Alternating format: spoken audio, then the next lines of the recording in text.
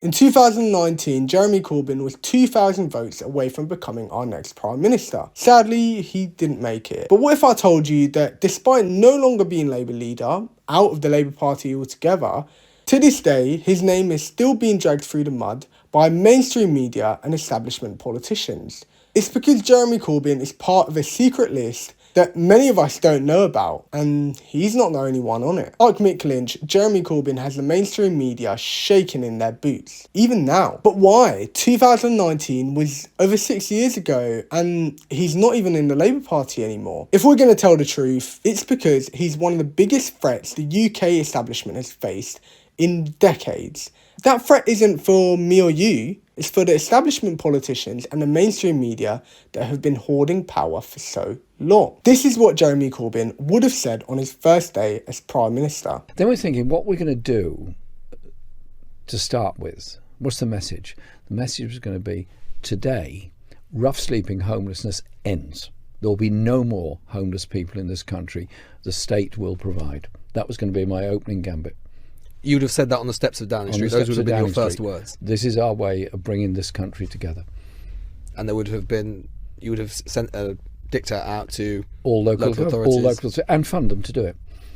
We could do it during COVID. We can do it anytime. I mean, it is an insult to our society that we tolerate the idea that people can sleep rough on our street. Did you see that?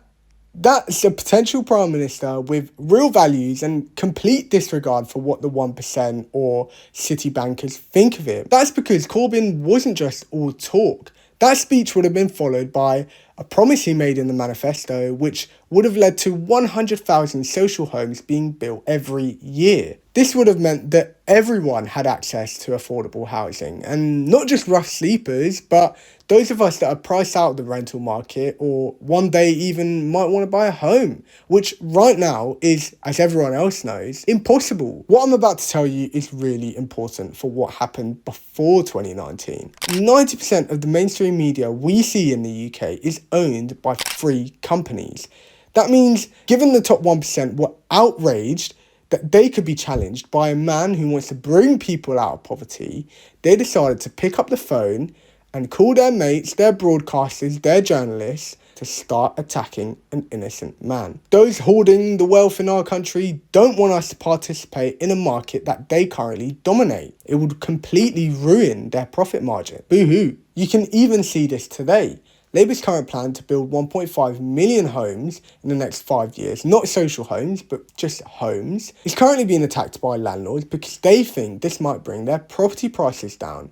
A small price to pay, in my opinion, for making sure that everyone has a place to live that they feel comfortable in. But it shows you why the mainstream media was so desperate to take this man down, and later on I'm going to show you exactly how they did it. But Corbyn didn't stop when he lost the 2019 election. He still fights for the things that are right today. I grew up with the whole idea of rent controls.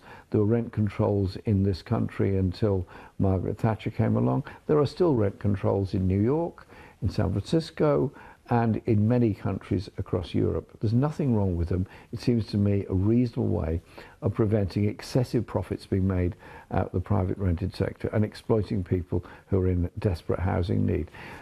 Don't people have a right to a roof over their head? This is probably my favourite example of the mainstream media doing their best to make sure Corbyn never became Prime Minister, because it's the BBC of all mainstream media outlets. This is supposed to be owned by the people, by the state. It's a state-funded broadcaster.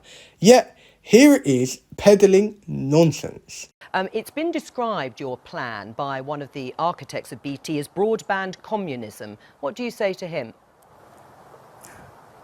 Broadband communism. No, this is essential to ensure I don't like that, no. I think we need to ensure that we have this as a bedrock of our economy to function. And when I see other industrial nations harnessing this technology and supporting their businesses and the UK not being in a position to do that, that upsets me. Obviously, BT is not going to be happy about Corbyn's policy of broadband for all because it provides competition for a product that they're providing at an extortionate price when the state could be giving it for free, making sure that every child and every family can access the internet at high speeds, making sure they can complete their homework, making sure they can work from home, whatever it may be.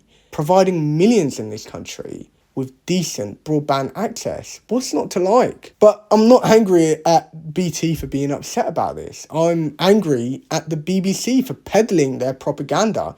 They should know better that this is obviously market interests at play. But they don't tell you that in this clip, nor did they tell you that in the entire episode. Instead, they labelled it as broadband communism, making it out like Jeremy Corbyn was something out of North Korea for this policy, when in actual fact, he's trying to make sure we compete on the global stage when China is leaving us behind in 5G and AI technology, especially today. How miserable do you have to be to not like that idea?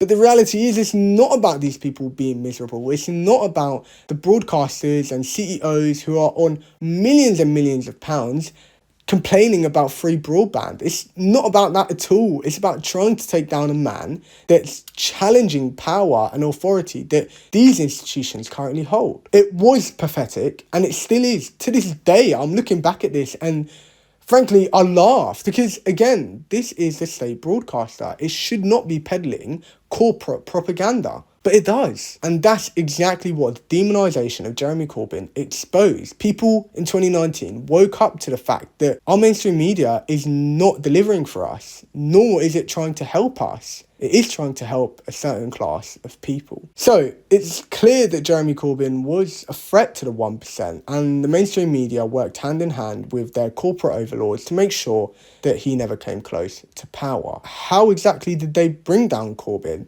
Those of you around in 2019 and 2017 and maybe a bit before that will know that the crisis of anti-Semitism in the Labour Party was used as a political football to make sure that Jeremy Corbyn's name was tarnished and dragged through the mud. And even to this day, members of Parliament and Rishi Sunak as Prime Minister referenced him. He lives in their head rent-free. Because despite the fact that this man virtually has no power anymore, it's the idea of him that threatens them so much. I have one image to show you. If Jeremy Corbyn was so allegedly anti-Semitic, then why, after being MP for 30 years before becoming Labour leader, did none of the newspapers report on this? That's right, in this graph you can see that Jeremy Corbyn and anti-Semitism wasn't mentioned in a sentence before 2010. All of a sudden, as he became more and more influential and started to grab the imagination of young people and people across the country, old, young, middle class, upper class, lower class, the media became threatened and deployed one of their nastiest tactics. If you want to do something about the mainstream media's toxic hold on public opinion, make sure you subscribe to this channel and check out this video on why conservatives love Israel.